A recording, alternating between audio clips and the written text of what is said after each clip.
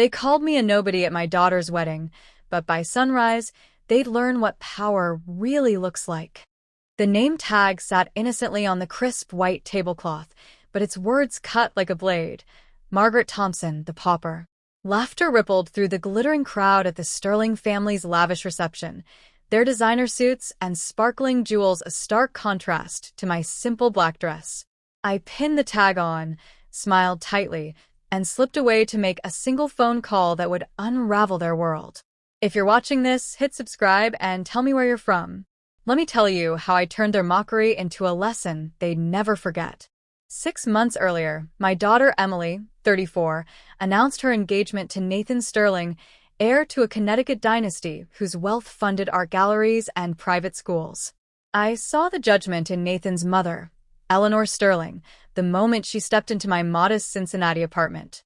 "So charmingly simple," she said, her smile as cold as the marble floors of her Greenwich mansion. My worn couch and faded family photos seemed to offend her. I held my tongue. Emily was smitten, and at 65, I'd learned love blinds even the sharpest hearts.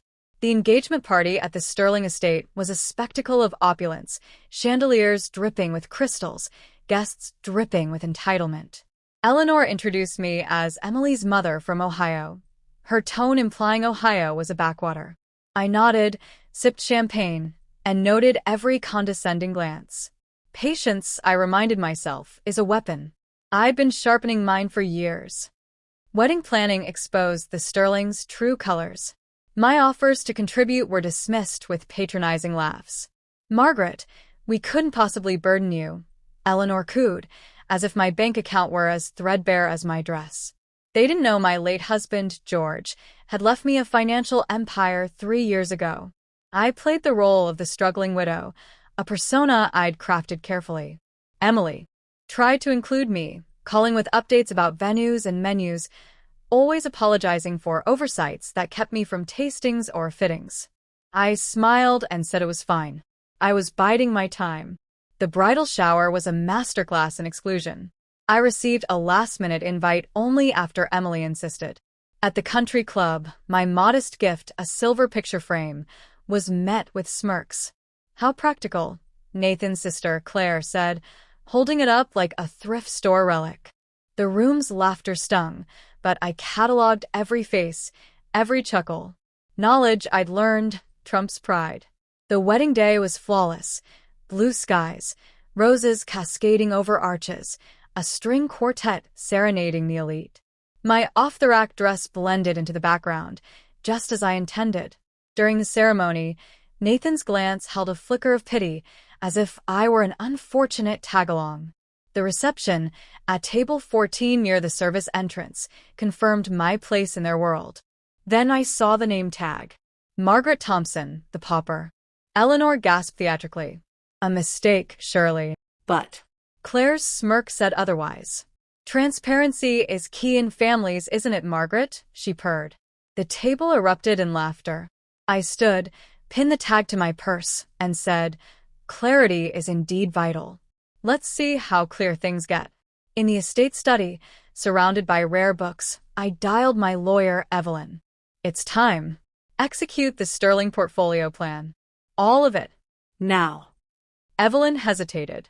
"This will collapse their empire, Margaret. No turning back." I gazed at the oblivious guests outside. "Do it. And add, the pauper sends her regards." By morning, chaos hit. The Sterling's wealth, I knew, was a house of cards, leveraged loans, overstretched credit. George's investment firm, quietly managed by me, held the strings. I'd spent months positioning shell companies to control their banks, their investments, even Nathan's employer, Pinnacle Capital. One call triggered defaults on their loans, froze their assets, and flagged Nathan's job for review. At 8:32 a.m., Emily called, frantic. "Mom, Nathan's family is collapsing, bank notices, lawyers. Did you do something?" I sipped my tea. "Me? I'm just the pauper, dear." By noon, Evelyn confirmed the fallout. Foreclosure loomed on the Sterling mansion, Nathan's job hung by a thread, and their social standing teetered. That afternoon, Claire appeared at my door, her polish replaced by panic. Margaret, I know you're behind this. How?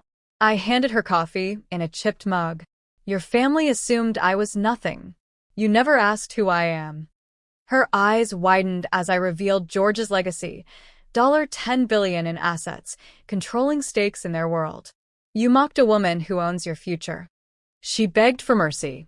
I slid a list across the table. 6 months cleaning houses for Bright Star Services, volunteering at a food bank, living in a studio apartment in my building.